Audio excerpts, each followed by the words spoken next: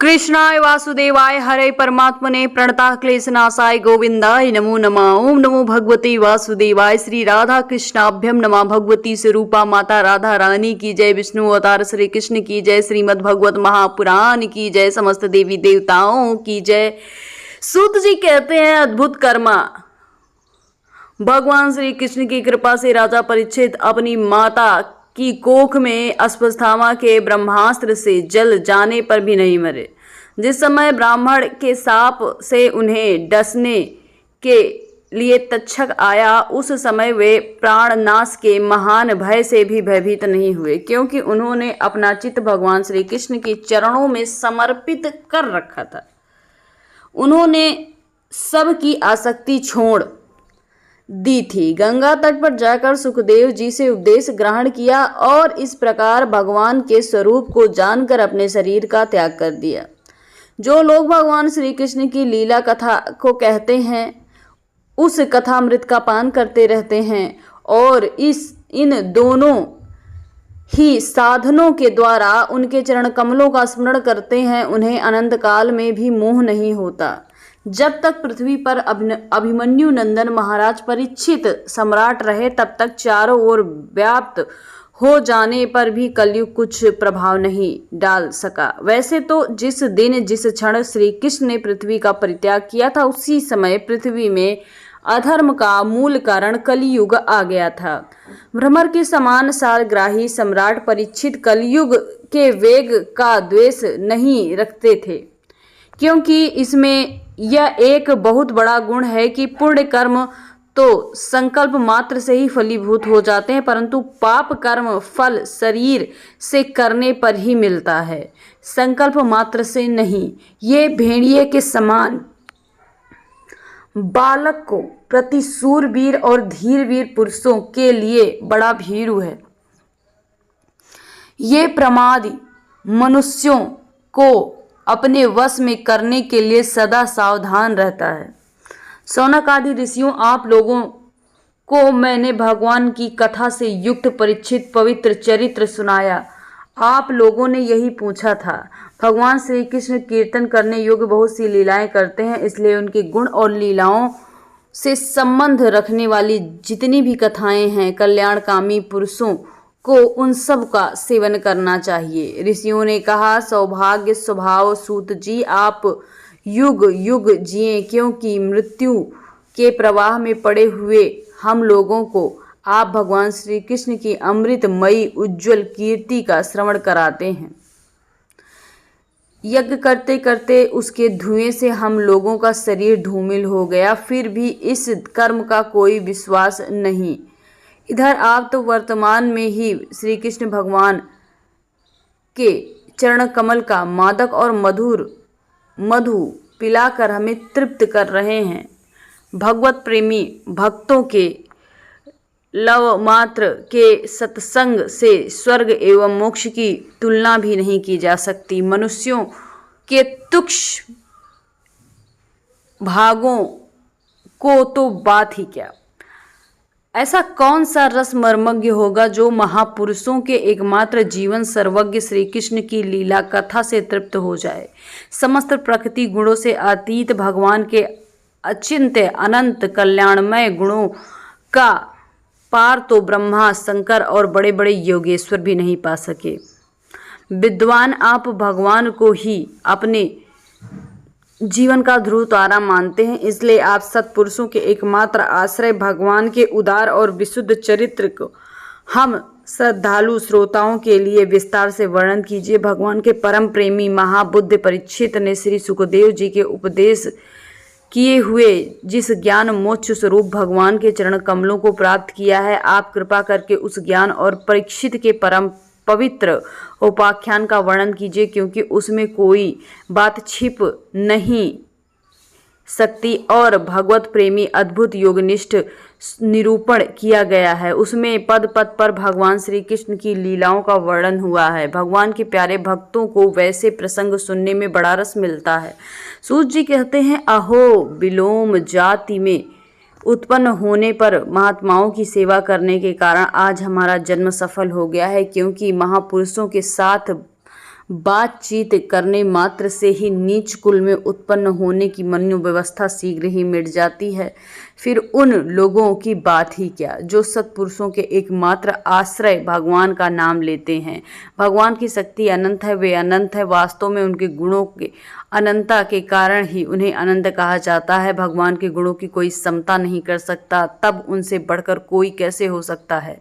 उनके गुणों की ये विशेषता है। इसे समझने के लिए माता लक्ष्मी अपने आप को प्राप्त करने की इच्छा से प्रार्थना करने वाले ब्रह्मादि देवताओं को छोड़कर भगवान के ना चाहने पर भी उनके चरण कमलों की रज का सेवन करती हैं। ब्रह्मा जी ने भगवान के चरण का प्रक्षालन करने के लिए जल समर्पित किया था, वही उनके चरणों से निकलकर गंगा जी के रूप में प्रवाहित हुआ। ये जल महादेव जी सहित सारे जगत को पवित्र करता है। ऐसी अवस्था में त्रिभुवन में श्री कृष्ण के अतिरिक्त भगवान शब्द का दूसरा और क्या ही अर्थ हो सकता है। जिनके प्रेम को प्राप्त करके धीर पुरुष बिना किसी हिचक के देगे आदि दृढ़ आसक्ति को छोड़ देते हैं और उस अंतिम परमहंस आश्रम को स्वीकार करते हैं जिसमें किसी को कष्ट नहीं पहुंचता और सब ओर से उपशांत हो जाना ही स्वधर्म होता है। सूर्य के समान प्रकाशमान महात्माओं, आप लोगों ने मुझसे जो कुछ पूछा वो मैं आपको आपकी समझ के अनुसार सुनाता हूँ। जैसे पक्षी अपनी शक्ति के अनुसार आकाश में उड़ते हैं, वैसे ही विद्वान लोग भी अपनी अपनी बुद्धि के अनुसार श्री कृष्ण की लीला का वर्णन करते हैं। एक दिन राजा परीक्षित धनुष लेकर वन में शिकार खेलने गए। हरणों के पीछे दौड़ते दौड़ते वे थक गए और बड़े जोर की भूख लगी, प्यास लगी। तब कहीं उन्हें कोई जलाशय नहीं मिला। तब वे पास के ही एक ऋषि के आश्रम में घुसे। उन्होंने देखा कि वहां आंखें बंद करके शांत भाव से एक मुनि आसन पर बैठे हुए हैं।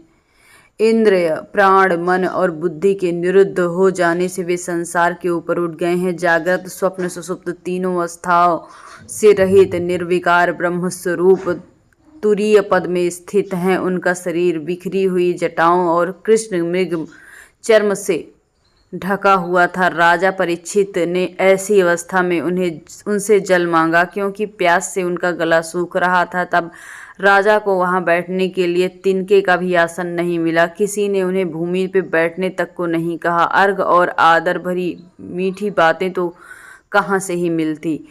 तब अपने को अपमानित सा मानकर वे क्रोध के बस में हो गए। सौनक जी, वे भूख प्यास से छटपटा रहे थे, इसलिए एकाएक उन्हें ब्राह्मण के प्रति ईर्षा और क्रोध आया। उनके जीवन में इस प्रकार का पहला अवसर था। वहां से लौटते समय उन्होंने क्रोधवश धनुष की नोक से एक सांप उठाकर ऋषि के गले में डाल दिया और अपनी राजधानी चले आए। उनके मन में ये बात आई कि इन्होंने जो अपने नेत्र बंद कर रखे हैं, सो क्या वास्तव में इन्होंने अपनी सारी इंद्रियों का विरोध कर लिया है, अथवा इन राजाओं से हमारा क्या प्रयोजन। यूँ सोचकर उन्होंने झूठ मूठ समाधि का ढोंग जरूर रचा रखा है। उस समीक मुनि का पुत्र बड़ा तेजस्वी था। वो दूसरे ऋषि कुमारों के पास खेल रहा था। उस बालक ने सुना कि राजा ने मेरे पिता के साथ दुर्व्यवहार किया है। तब वो इस प्रकार कहने लगा, हे नरपति, कहने वाले लोग उच्छिष्ट भोजी कौओं के समान संडमुंड होकर कितना अन्याय करने लगे हैं। ब्राह्मणों के दास होकर भी ये दरवाजे पर पहरा देने वाले कुत्ते के समान अपने स्वामी का तिरस्कार कर सकते हैं। ब्राह्मणों ने क्षत्रियों को अपना द्वारपाल बनाया है। उन्हें द्वार पर रहकर रक्षा करनी चाहिए। घर में घुसकर स्वामी के बर्तनों में खाने का अधिकार नहीं। अतएव उमारगामियों के शासक भगवान श्री कृष्ण के परमधाम पधार जाने पर इन मर्यादा तोड़ने वालों को आज मैं दंड देता हूँ। मेरा तपोबल देखो। मैंने अपने साथी बालकों को इस प्रकार कहकर क्रोध से लाल लाल आंखों वाले ऋषि कुमार कौशिकी नदी के जल से आचमन करके अपने वाणी रूपी वज्र का प्रयोग किया। कुलांगर परीक्षित ने मेरे पिता का अपमान किया है, मर्यादा का उल्लंघन किया है, इसलिए मेरी प्रेरणा से आज के 7वें दिन उसे तक्षक सर्प डसलेगा। इसके बाद वो बालक अपने आश्रम पर आया। अपने पिता के गले में सांप देखकर उसे बड़ा दुख हुआ। वो दाढ़ मारकर रोने लगा। विप्रवर सौनक जी, समीक मुनि ने अपने पुत्र का रोना चिल्लाना सुनकर धीरे धीरे अपनी आंखें खोली और देखा कि उनके गले में एक सांप पड़ा हुआ है। उसे फेंक कर उन्होंने अपने पुत्र से पूछा, बेटा तुम रो क्यों रहे हो? किसने तुम्हारा अपकार किया है? उसके इस प्रकार पूछने पर बालक ने सारा हाल कह दिया। ब्रह्मर्षि शमीक के राजा के शाप की बात सुनकर अपने पुत्र का अभिनंदन नहीं किया। उनकी दृष्टि में परीक्षित शाप की योग्य नहीं है। उन्होंने कहा, ओ मूर्ख, तूने बड़ा पाप किया है। खेद है कि उनकी थोड़ी सी गलती के लिए तूने उन्हें इतना बड़ा दंड दे दिया। तेरी बुद्धि भी कच्ची है। तू भगवत स्वरूप राजा को साधारण मनुष्यों के समान तुझे नहीं समझना चाहिए था, क्योंकि राजा दुस्साह तेज से सुरक्षित और निर्भय रहकर अपनी प्रजा का कल्याण का संपादन करते हैं। जिस समय राजा का रूप धारण करके भगवान पृथ्वी पर नहीं दिखाई देंगे, उस समय चोर बढ़ जाएंगे और आरक्षित भेड़ों के समान एक क्षण में लोगों का नाश हो जाएगा। राजा के नष्ट हो जाने से धन आदि चुराने वाले चोर जो पाप करेंगे, उनके साथ हमारा कोई संबंध होने पर भी वो हम पर लागू होगा, क्योंकि राजा के न रहने पर लुटेरे बढ़ जाते हैं। वे आपस में मारपीट करते हैं, गाली गलौज करते हैं, साथ ही पशु स्त्री धन संपत्ति लूट लेते हैं। उस समय मनुष्यों का वर्णाश्रम युक्त वैदिक आर्य धर्म लुप्त हो जाता है। अर्थ लोभ काम वासना के विवश हो जाते हैं। कुत्ते और बंदरों के समान वर्णशंकर हो जाते हैं। सम्राट परीक्षित तो बड़े यशस्वी धर्म धुरंधर हैं। उन्होंने बहुत से अश्वमेध यज्ञ किए हैं और वे भगवान के परम प्यारे भक्त हैं। वे रात्रि भूख प्यास से व्याकुल होकर इस आश्रम पर आए थे। वे शाप योग्य कदापि नहीं है। इस नासमझ बालक ने हमारे निष्पाप सेवक राजा का अपराध किया है। सर्वात्मा भगवान कृपा करके इसे क्षमा कीजिएगा। भगवान के भक्तों में भी बदला लेने की शक्ति होती है, परंतु वे दूसरों के द्वारा किए हुए अपमान, धोखेबाजी, गाली गलौज, आक्षेप और मारपीट का कोई बदला नहीं लेते। महामुनि शमीक को पुत्र के अपराध पर बड़ा पश्चाताप हुआ। राजा परीक्षित जो उनका अपमान जिसने किया था, उस पर तो उन्होंने ध्यान ही नहीं दिया। महात्माओं का स्वभाव ही ऐसा होता है।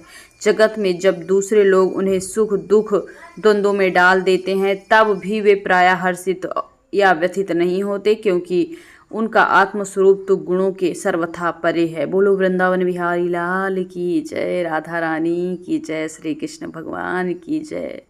भगवान आपकी सारी मनोकामना पूरी करें। वीडियो जितना हो सके दोस्तों और रिश्तेदारों में शेयर करें, ताकि वो भी भगवान श्री कृष्ण की जीवन लीला का रसास्वादन कर पाएं।